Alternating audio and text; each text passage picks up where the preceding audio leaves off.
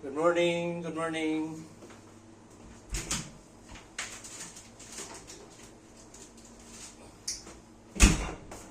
Good morning guys. Ngayon magawa tayo ng pagkain para sa mga kasamahan natin.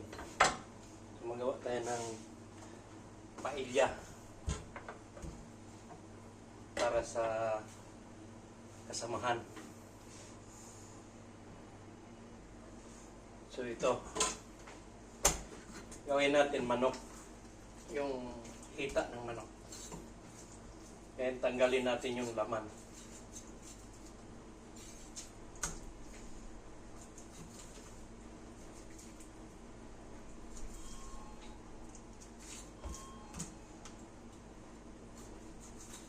Ganito lang yan guys.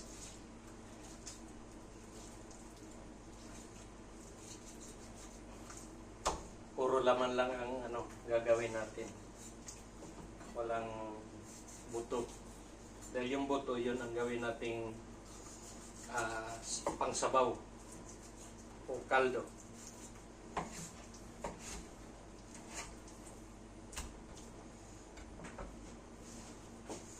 Kaldo guys. Dito natin ilagay dyan. Yan. So yan, nakainit na yung tubig. Habang nakainit yung tubig, ilagay natin itong buto ng manok.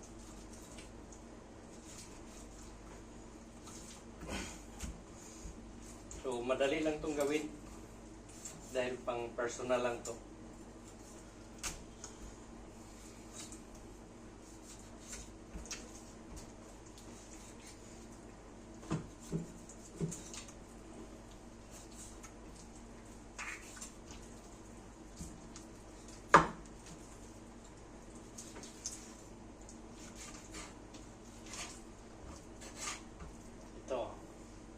Lagay ko na naman dito. Lakasan ko lang itong apoy. Kuha muna ako ng plato para malagyan natin ng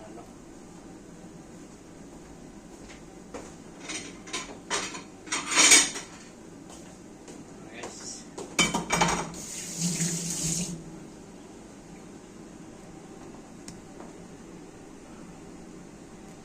So, iwain ko muna itong mga laman ng manok.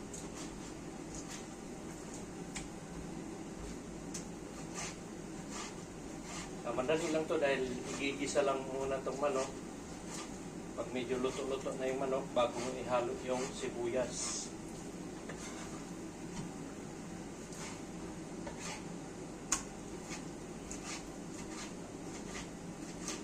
Sibuyas, ahos,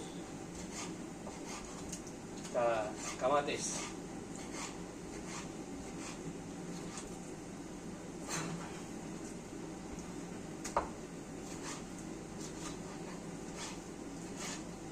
Dahil dito kasi sa dito sa trabaho ko ay puro paella lang.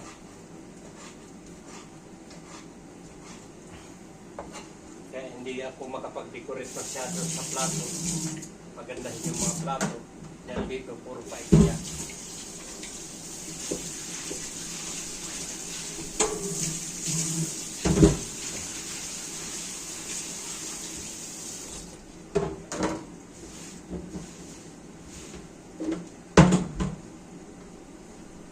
Ito, sibuyas, kalahating sibuyas, 3 ahos.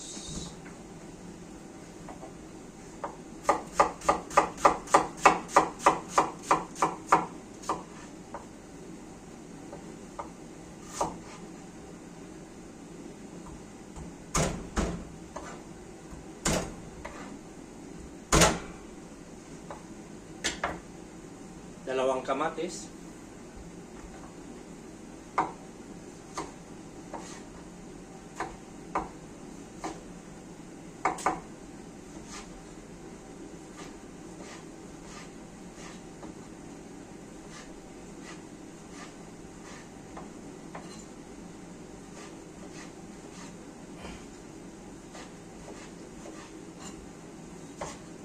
Sa paghiwa ng kamatis naman ay kayo nang bahala.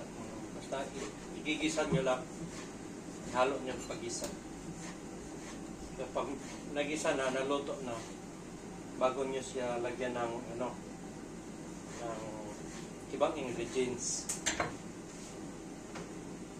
Sa akin, nahalo ako rin ng atsal. Pero kunti lang inalo ko.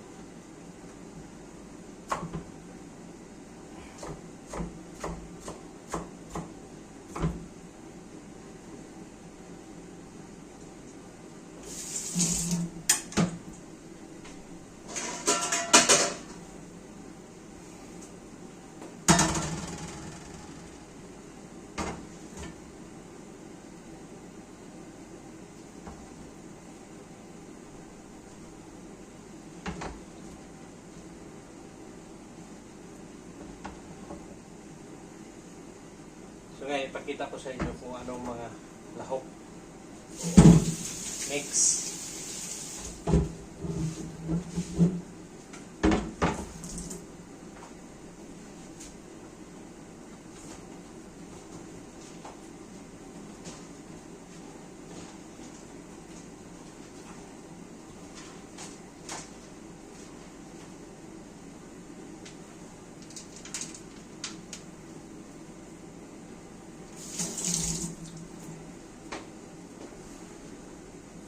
Habang mainit tayo ng kaldo, mainit natin guys ng kaldo. Ayan o.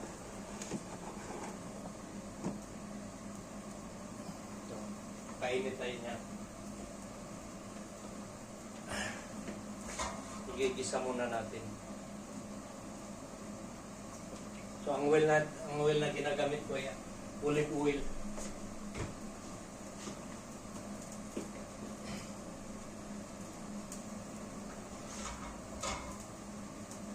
Olive oil ang hinahalo ko. Kailangan initin muna bago natin lagay yung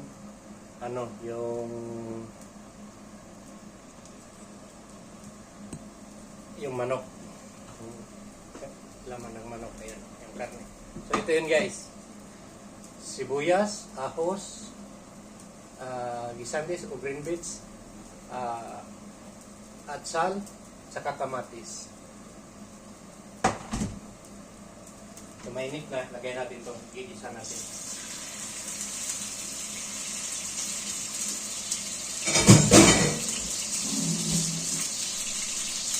Ito lang guys, tignan ko muna yung ano. Ito lang guys. Medyo pula-pula na. Malapit na siya maluto. Bago nyo pa ilagay itong sibuyas at saka ako para na hindi masunog. Pag maluto na yung sibuyas at saka ako, bago nyo ilagay yung kamatis at saka big pepper o atsal.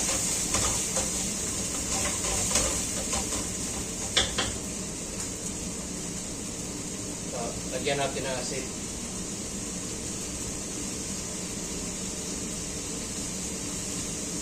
Saka paminta.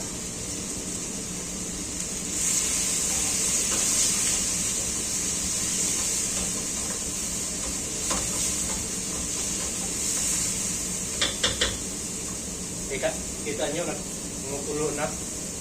Yun ang igawa nating sabaw.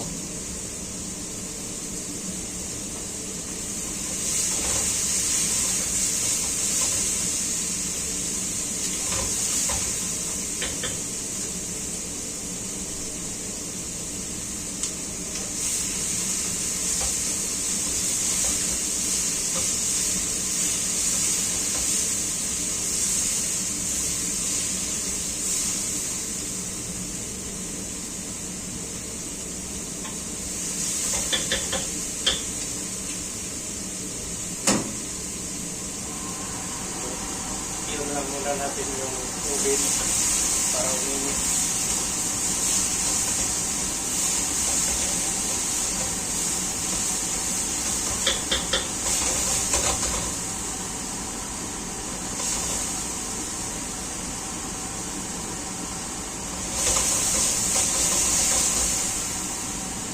ngayon guys, bago natin ilagay itong tomate.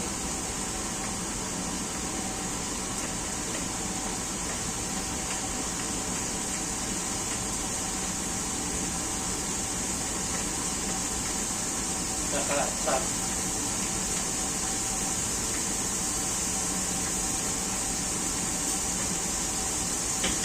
Tinuloy natin guys. Then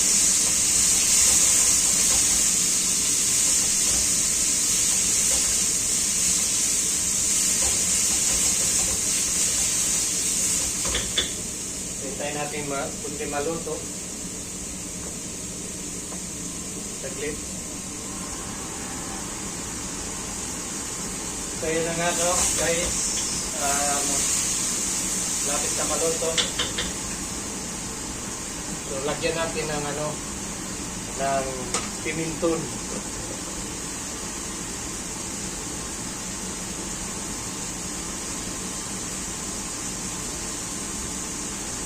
Yan.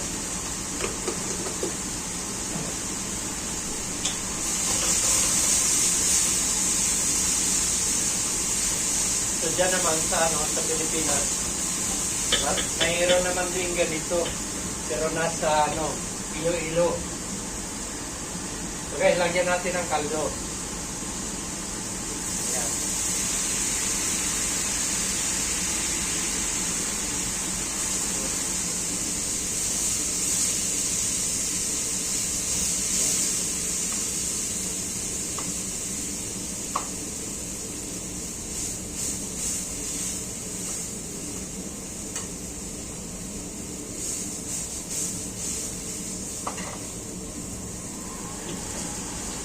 Additional tayo ng tubig.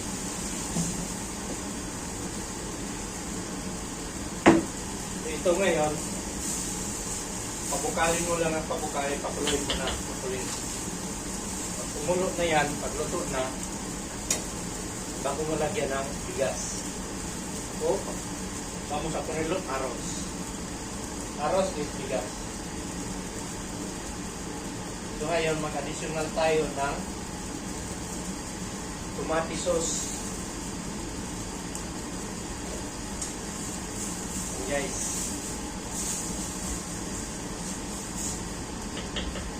so, additional tayo. Hintayin muna natin kumulo yan para na palagyan natin ng bigas. Ito na guys, pwede na natin lagyan ng bigas.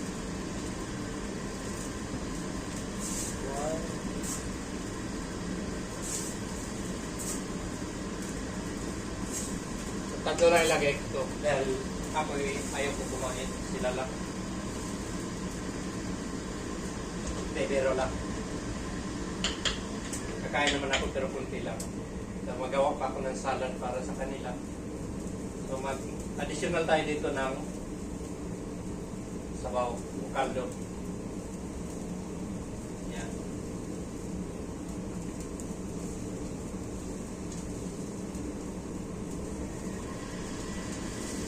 Oh no.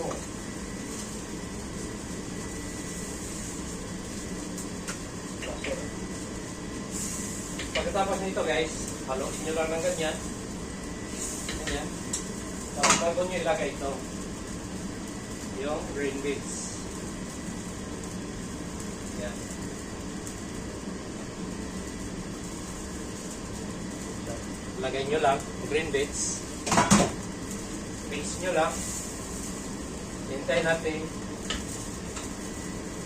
umubas kunti. So ito na guys, naglagay ako dito ng pan. Ito yung pan namin dito. Yan. Yan. Ito yung tinawag nila dito, pan de bara.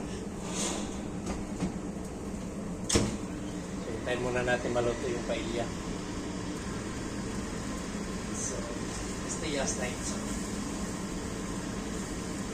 Vamos a darle el agua, está hirviendo y vamos a ponerla orégano.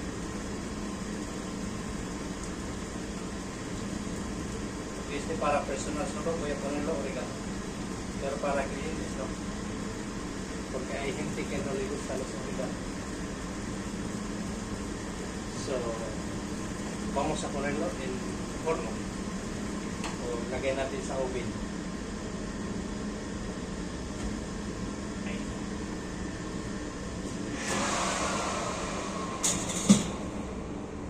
Unos 10 minutos. Y ya está eso. 10 minutos tapos na yan, luto na. So, lagay muna natin. Hintayin natin paglabas na. Pakita ko sa inyo. So, habang naghantay ako ng doon sa linuto ko, estoy esperando el paella que está en horno. Voy a limpiar el mejillones. So, habang naghahantay ako ng paella na linagay ko sa horno, maglinis muna ako ng tahong. Ayan o guys. May tahong dito, 5 kilos. Ito, 5 kilos. Linisin ko muna yan. So may ano din ako dito, may in-order ako na isda. Aton. Ito, aton.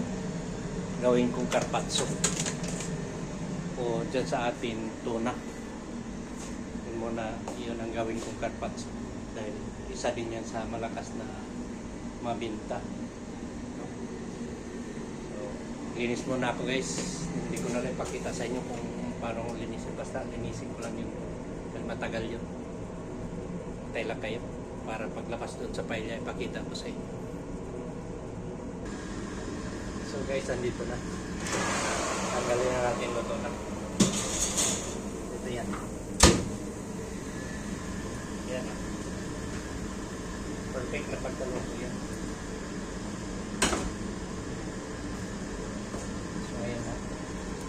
Kain na lang natin.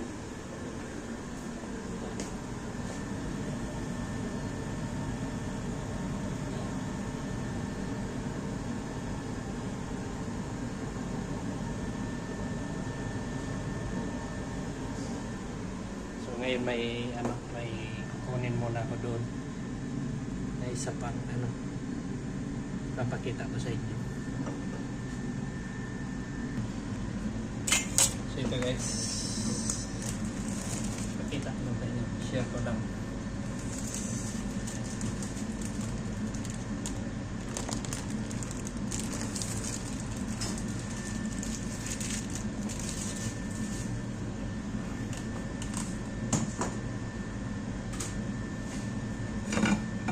Share ko lang sa inyo.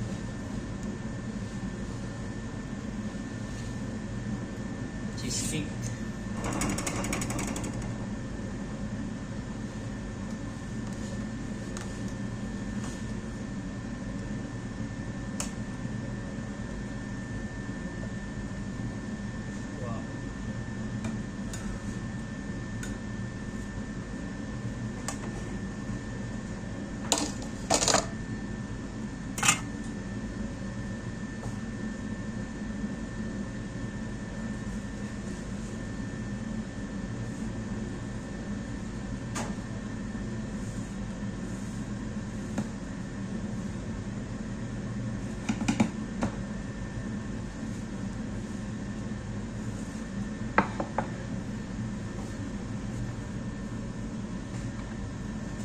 Ito yung pan-dessert ngayon sa menu. Pan-dessert yan sa menu.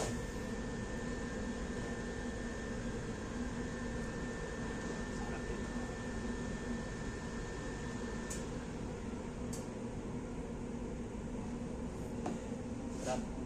Ayan o. Kapal siya.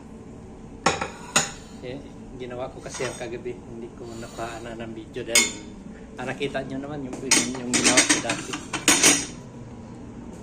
So, ito, lagay ko muna to sa plato. I-reparted ko sa kanila. Yan muna. Yan. Para makakain na sila.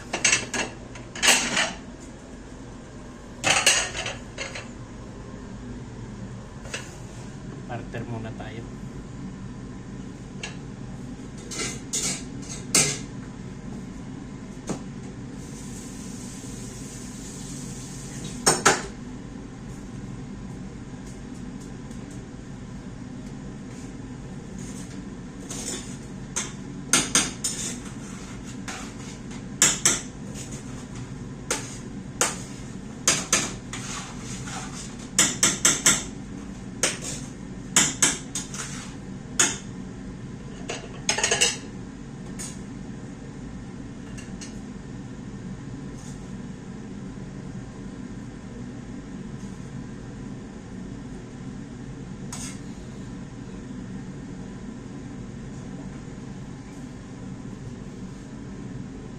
Yan guys, paella.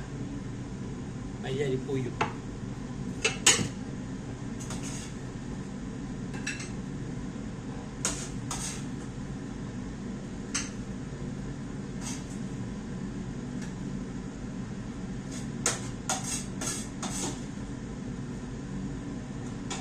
Yung pagkain nila ngayon.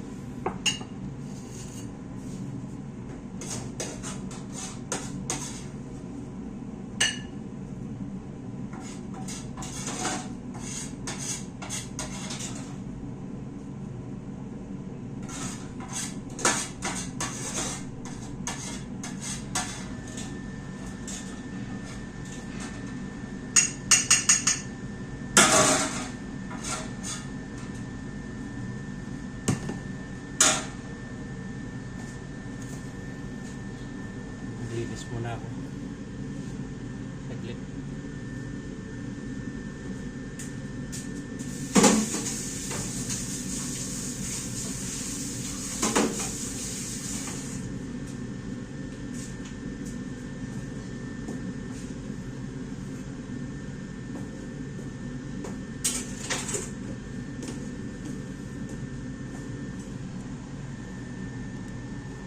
So ilagay na natin to sa lamisa. Ito lang guys. So yun lang muna guys ang ma-share ko sa inyo na video. Maraming salamat. Sana masuportahan nyo ako sa sa channel ko. Thank you.